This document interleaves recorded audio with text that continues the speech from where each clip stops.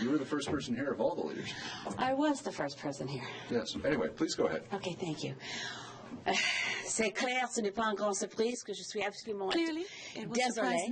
Et s'il y a une surprise, c'est seulement que le niveau de hypocrisie, c'est absolument, je suis bouleversée par ce niveau de mensonges pour appuyer une décision pour un oléoduc, que c'est une autre façon d'arrêter les choses qu'on doit faire pour protéger nos enfants contre l'urgence climatique. Last night, we voted in Parliament that we're in a climate emergency. We talked about what it means to hold to no more than 1.5 degrees Celsius, the urgency of that.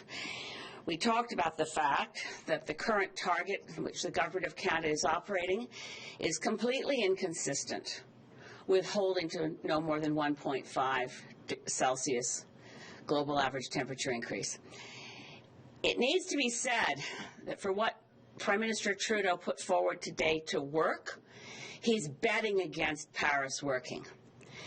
There's no way to build an additional pipeline, more fossil fuel infrastructure for exporting raw bitumen out of this country.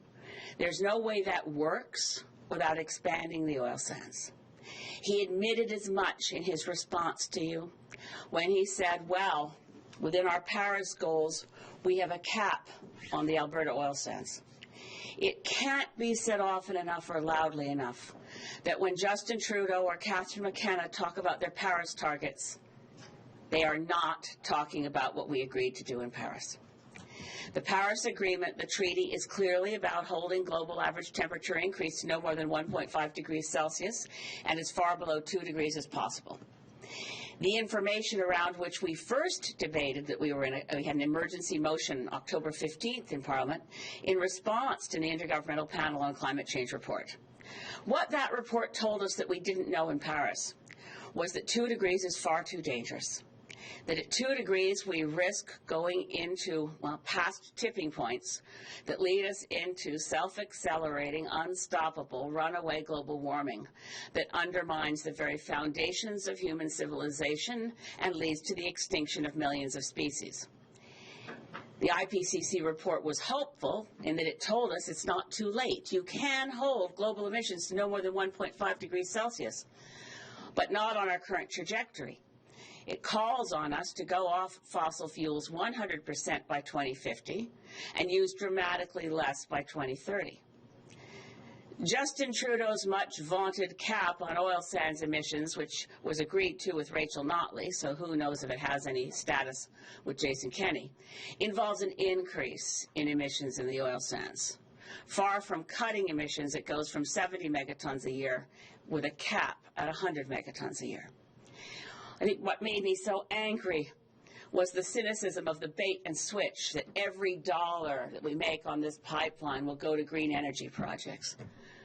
Where are the dollars coming from to build the pipeline that we object to so strenuously in British Columbia? They come from our own public resources.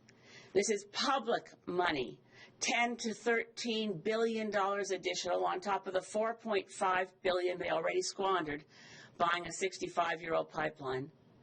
They will build a pipeline to blow through our Paris targets, use our own money to do it, and then try to trick us by saying every dollar made on this project, as if there's ever going to be a profit, that's another question, is going to go to clean energy projects. C'est clair que maintenant nous sommes dans une situation d'urgence climatique. Pour laquelle raison, j'ai aucune idée pourquoi M. Trudeau ne comprend pas les niveaux d'urgence, ne comprend pas qu'on doit agir, on doit éliminer les émissions de gaz à effet de serre. But he's playing a shell game. Look here, look there, now you see it, now you don't. We'll take public funds, and some years from now, some may trickle down to clean energy.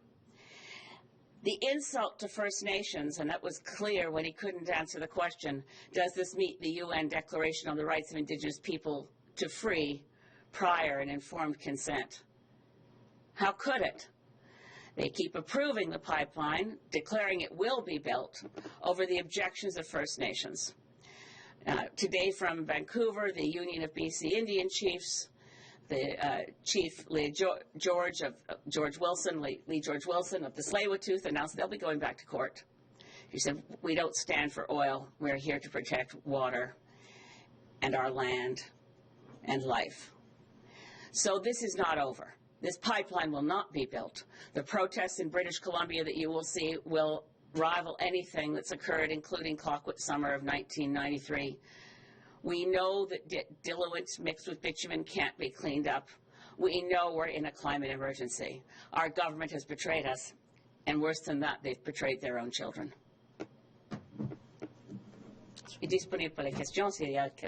I'm available to answer questions if you have questions. Molly? Molly Thomas, CTV National. Molly Thomas, CTV. Do you expect legal challenges here or public demonstrations? Both. Many. They've already, the Tsleil-Waututh, the Musqueam and Squamish are very likely to go back to court. West Coast Environmental Law, when I was with them, many of the litigants from the original court case, when the National Energy Board decision came down. And at that press conference, the lawyers who'd worked on the first round of cases before the Federal Court of Appeal expressed the opinion that the National Energy Board record was so replete with legal errors once again that this would be something that would be a likely target for litigation. They've also, I haven't mentioned the southern resident killer whales over one of the reasons that they had that the Federal Court of Appeal found their decision so in violation of the law. But this will press the southern resident killer whales closer to extinction.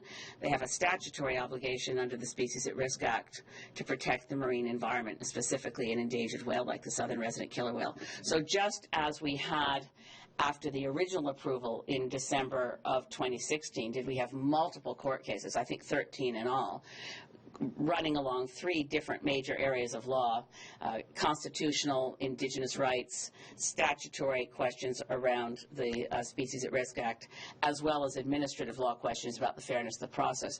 We're likely to see the same kind of legal actions once again. I can see your frustration, and I saw Paul Manley tweet out that he'll do everything in his power to stop this. But at the same time, there was a poll out today that said the majority of BC residents support the pipeline. Are you listening to your constituents? Yes, my constituents are fully. The distinction here is there's been a mountain of propaganda to tell British Columbians and all Canadians that this is in the national interest. It's not in the national interest. There's not a single economic study that's credible that says it's in anyone's interest. It's now a public project. Kinder Morgan left the field with their $4.5 billion, which they took laughing all the way back to the bank, at the point that they knew it was not a commercially viable project. That's why they left.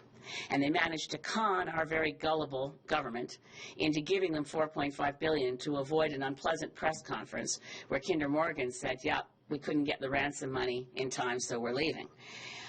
The idea that in the month of, well, when they first made the threat, Kinder Morgan made the threat in the month of March that if they didn't have commitments by May 30th, they would pull out. But how on earth could any government give them what they claimed they wanted, which was a guarantee the project would go ahead, when we still had these multiple cases before the Federal Court of Appeal, likely to, as we knew at the time, quash the permits? The government didn't do the most logical thing, which I think every politician has known since time immemorial, to say, the matter's before the courts. We can't give you a guarantee.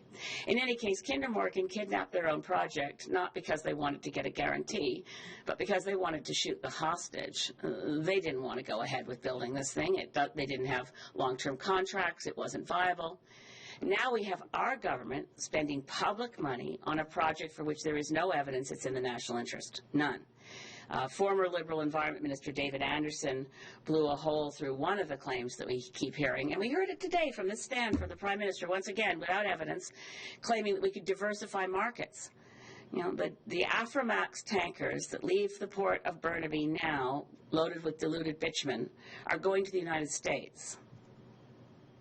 There isn't a market in Asia. We would have to create a market in Asia, which would involve convincing Asian countries to build upgraders so they could process the bitumen at the same time that we expanded oil sands emissions, thus violating the Paris Agreement. Yeah, my own constituents, by the way, live on the Salish Sea. And my own constituents include 4 First Nations who were never properly consulted about their Douglas Treaty rights. The Waysack people, the Sartlip, Saut, Pocochin, Sakum have specific rights under the Douglas Treaty, and they were never consulted about them. Mathieu Goya, Radio Canada. Une question simple pour vous, madame. Mais ce soir, dans votre voix, j'entends de la colère, j'entends de l'indignation. Comment vous sentez-vous ce soir? Ce soir, je suis vraiment triste. Ça, c'est l'émotion la plus claire. Parce que pour quelque raison, j'ai aucune idée pourquoi. Je reste avec l'espoir qu'actuellement, le Premier ministre est capable de chercher les faits, faire un grand examen, une étude et prendre la décision que ce n'est pas dans l'intérêt de personne de poursuivre cet oléoduc. Maintenant, c'est pour un été vraiment difficile pour les peuples autochtones de Colombie-Britannique. C'est déjà difficile pour tous les groupes écolos, pour le gouvernement de Colombie-Britannique aussi. Nous sommes désolés. Et pour moi-même aussi, comme mon collègue Paul, je n'ai jamais laissé les bras contre ces menaces. There isn't, by the way, we go through this over and over again, the science of cleaning up diluted bitumen. This is the government that said they'd look at science. I have very good reason to think that they don't want the science being done by the Department of Fisheries and Oceans to be studied. They only want the science that's coming out of Natural Resources Canada to be studied.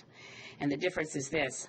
Natural Resources Canada has done the same kind of tests as the one test that Kinder Morgan filed in the NEB process where I was an intervener. One test where they took a tank of fresh water, it's a 2-week period, in a place called Gainford, Alberta, a tank of fresh water to which they added salt, and then they poured diluted bitumen and said it floats like regular crude. Those tests have been replicated by Natural Resources Canada. Meanwhile, in Halifax, there's a facility that was built for the purpose of studying oil spills. It uses real ocean water at the Bedford Institute for Oceanography, and it replicates real ocean conditions. And the bitumen, which is a solid, which has been stirred into fossil fuel condensate to make it flow through a pipeline, in the presence of particulate matter and sand and bits of seaweed, like in the real ocean, according to DFO's studies, the bitumen separates, forms oil balls, and sinks. We don't have any way to clean up diluted bitumen in a freshwater environment, such as in the 800 watercourses that this pipeline will traverse. This is a different project than the one that was built 65 years ago, which still primarily ships a different form of crude. Diluted bitumen has had one major spill in the world that alerted people to the fact you can't clean it up, and that was the Kalamazoo, Michigan spill of Enbridges. So the Kalamazoo River will never recover. They gave up on trying to really clean it up. That's how we found out you can't clean up bitumen mixed with diluent.